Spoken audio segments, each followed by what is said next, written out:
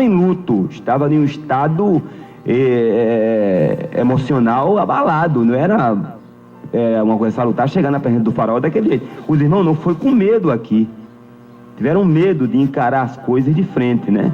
A gente vê que o primeiro argumento dele foi que o próprio Jacó tinha apelado em prol do perdão dele. Meu irmão, a grande maioria dos estudiosos bíblicos acreditam que aqui eles estão mentindo, eles estão blefando para querer conquistar o coração de José. Uma coisa inútil, o coração de José já era conquistado pelo próprio Deus. Então, uma vez conquistado por Deus, não tem como se perder. Deus não lança fora todo aquele que se chega a ele. José se chegou, né? Agora a gente vê que perdoar as ofensas é uma das grandes qualidades da pessoa espiritual. Agora, o homem por si só, ele não tem capacidade de perdoar. É Deus, irmãos, que faz essas coisas, né? E a relutância em perdoar, usualmente tem base em alguma forma de egoísmo. E às vezes as pessoas, como era o caso dos próprios irmãos de José, não se perdoam a si próprio. São perdoados como eles foram por José, mas não haviam se perdoado. E Jesus, que está acima de todos os homens, ele ensinou a lei do perdão, irmãos, a qual ele deu uma palavra para Pedro, que era 70 vezes 7, isso quer dizer um número infinito de perdões, quantas vezes necessário for. 490, que é o resultado de 70 vezes 7, já ia colocar aqui soma, mas é multiplicação, 70 vezes 7. Então, 490 vezes não há esse número limite. A gente até brinca, quando a gente quer pedir perdão brincando a um amigo por um lapso cometido, aí você ainda tem aí crédito de 489, mas brincando. Não existe um limite, né? Quantas vezes for necessário. Daí, irmãos, a pobreza do espírito, remeter ao espiritual, sempre clamar a Deus pela questão do dote, do dom do perdão. Porque só o Pai das luzes pode dar essa boa dádiva, que é a capacidade de perdoar, né? E a gente vê que José ele chorou com aquela atitude. Dessa vez José chorou diante do medo desnecessário dos seus irmãos, sentindo também talvez até piedade deles, né? Aquela coisa do passado estava curada, irmão. Foi uma grande vitória, tanto moral como espiritual. E José celebrou possivelmente essa vitória com lágrimas. Foi um sentimento misto ali, mas que a miserabilidade daquele povo ali foi que acentuou o choro de José. A pessoa vê uma pessoa tão amada, tão querida, mas em situação espiritual tão terrível, né? Primeiramente eles enviaram mensageiros para José, né? Mas quando tomaram conhecimento que tudo ia bem, que nada tinham para temer, aí eles foram fazer uma visita pessoal a José, e diante de José, eles repetiram o que já havia feito antes, mesmo pedido, agora prostrando-se diante de José.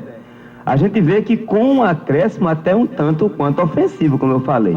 Eis-nos aqui por teus servos, né? No que José, ele não se abalou e manteve o equilíbrio e o controle de si, irmãos. Não temais, foi o que José falou.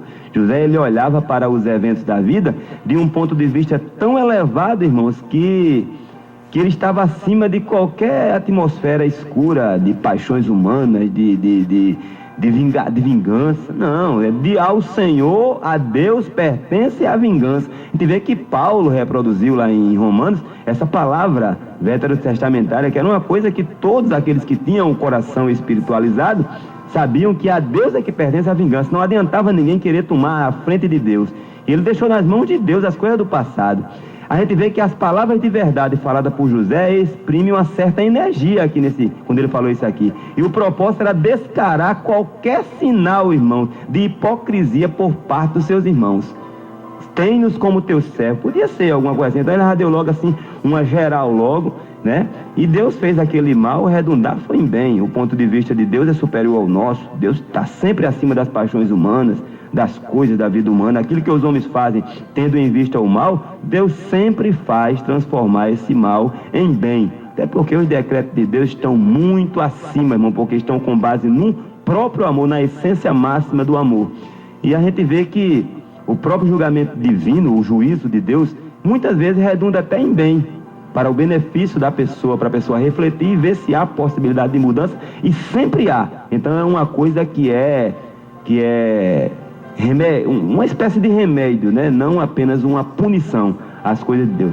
O que nos impressiona é o grau de espiritualidade de José em face do temor da expressão dos seus irmãos, né? A gente vê o homem natural e o homem espiritual. No caso dos irmãos de José, o homem natural, e o homem espiritual, José. Então, não temas, eu vos sustentarei. José consolou seus irmãos, removeu os temores dele, né? Até porque é bom que os irmãos vivam, de fato, em união. A partir do próximo bloco, a gente vai ver aqui acerca da morte de José, mas antes a gente vai ouvir o último hino dessa seleção especial do nosso querido irmão Sérgio Lopes, é Para Onde Vão as Aves. É belo esse hino, viu?